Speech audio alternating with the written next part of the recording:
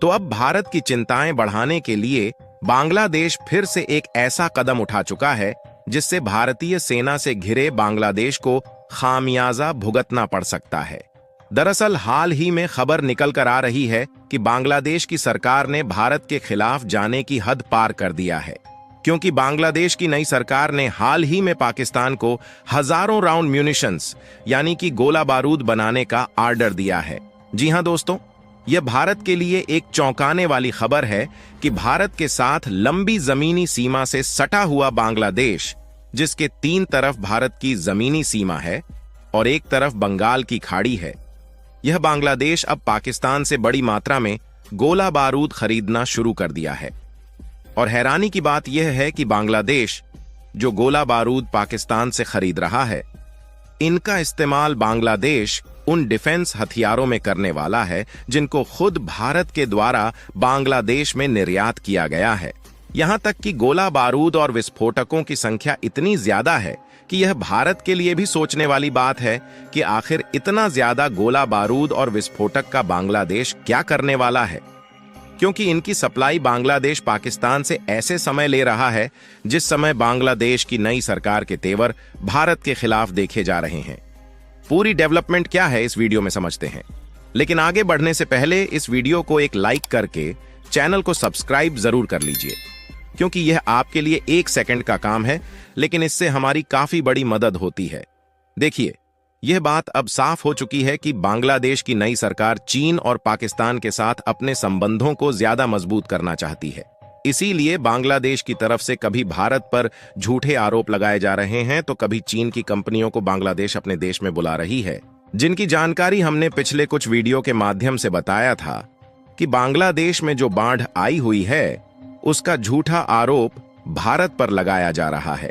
और इसके अलावा बांग्लादेश की नई सरकार ने चीन की सोलर पैनल्स मैन्युफैक्चरिंग कंपनियों को अपने देश में मैन्युफैक्चरिंग यूनिट सेटअप करने के लिए बुलाना शुरू कर दिया है, जिससे अब जल्द ही चीन की कई कंपनियां बांग्लादेश में घुसने वाली हैं और वह बांग्लादेश में इंडस्ट्री सेटअप करके सोलर पैनल की मैन्युफैक्चरिंग करेंगी। जबकि देखा जाए तो ऑलरेडी भारत की सोलर मैन्युफैक्चरिंग कंपनीज द्वारा बांग्लादेश में सोलर प्रोजेक्ट सेटअप करने का काम पिछले साल से ही चल रहा है। और हद तो तब हो गई जब हाल ही में बांग्लादेश की नई सरकार ने पाकिस्तान को गोला बारूद बनाने का आर्डर दिया। आपको बता दें कि पाकिस्तान के द्वारा 3 किस्तों में हजारों राउंड गोला बारूद बांग्लादेश में भेजा जाएगा। और हैरानी वाली बात यह है कि गोला बारूद की यह सप्लाई इसी महीने सितंबर के पहले हफ्ते में ही शुरू हो जाएगी और इसी साल के अंत तक इनकी सप्लाई पूरी तरीके से कर दी जाएगी। और बांग्लादेश ने पाकिस्तान को इसका जो आर्डर दिया है वह ऐसे समय पर दिया गया है जिस समय शेख हसीना को भारत में आए 3 हफ्ते हो चुके हैं, यानी कि आज से कुछ दिन पहले इसका आर्डर पाकिस्तान को दिया गया है। वैसे देखा जाए तो यह पहली बार नहीं है जब बांग्लादेश पाकिस्तान से गोला बारूद और हथियार खरीद रहा है, लेकिन इस बार सोचने वाली बात यह है कि जो गोला बारूद तोपखानों के लिए खरीदे जा रहे हैं उनकी संख्याएं काफी ज्यादा है। रिपोर्ट की माने तो इसमें 40,000 से अधिक राउंड के गोला बारूद की शिपमेंट की जानी है। साथ ही विस्फोटकों के लिए मोम की स्टेबिलिटी में 40 टन RDX और हाई स्पीड के प्रोजेक्टाइल शामिल हैं, जिनकी संख्या 2900 के करीब है। हसीना के समय में पिछले साल की शुरुआत में आर्डर केवल 12,000 राउंड गोला बारूद का ही था और उस समय जो भी गोला बारूद और हथियार बांग्लादेश में खरीदे जाते थे वह सब भारत की निगरानी में हो रहा था, जिसमें भारत ने भी बांग्लादेश में कई हथियारों और गोला बारूद का एक्सपोर्ट करके बांग्लादेश के बॉर्डर सिक्योरिटी को मजबूत बनाया है, ताकि अगर चीन, अमेरिका या फिर पाकिस्तान जैसे देश भारत और बांग्लादेश के बीच में टांग अड़ाते हैं तो दोनों देश मिलकर इनको कड़ी टक्कर दे सके। क्योंकि इस मैप पर ध्यान दें तो जो बांग्लादेश दिखाई दे रहा है इसकी तीनों तरफ की सीमा भारत के राज्यों से ही सटी हुई है और बाकी की एक तरफ की सीमा बंगाल की खाड़ी से मिलती है। और बांग्लादेश की जो जमीन की सीमा तीनों तरफ से भारत में सटी हुई है इसकी लंबाई लगभग 4096 किलोमीटर है।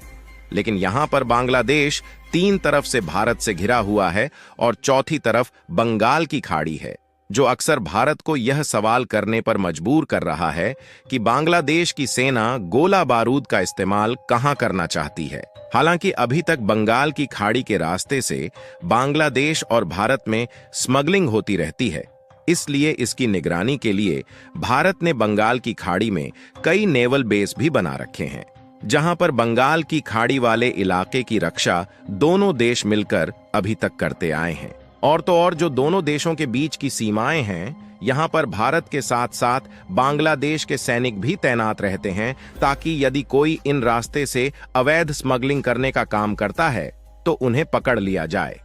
और दूसरे देश के घुसपैठिए भी भारत और बांग्लादेश की लोकेशन का गलत इस्तेमाल न कर पाए,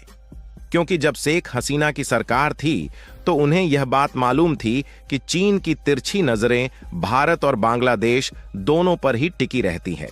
इसीलिए बांग्लादेश में इस समय जो ज्यादातर डिफेंस हथियार मौजूद है, उन सभी की ज्यादातर सप्लाई भारत के द्वारा ही बांग्लादेश में की गई है, जिसमें गोला बारूद और छोटे छोटे हथियारों से लेकर मिलिट्री कंपोनेंट के साथ साथ कई बड़े बड़े हथियार भी भारत ने बांग्लादेश को दिए हैं, जिसमें एडवांस आर्टिलरी गन सिस्टम भी शामिल है। हालांकि बांग्लादेश ने टैंक, फाइटर जेट और नौसेना जहाज जैसे बड़े हथियारों को चीन से भी खरीदा है, क्योंकि चीन के डिफेंस हथियार क्वालिटी में थोड़े कमजोर होने के कारण काफी ज्यादा सस्ते में मिल जाते हैं।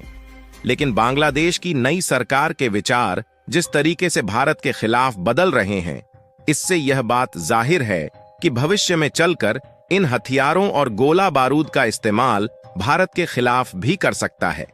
लेकिन यहां पर सोचने वाली बात यह है कि जो बांग्लादेश खुद के देश को संभाल नहीं पा रहा है और वहां की महंगाई आसमान छू रही है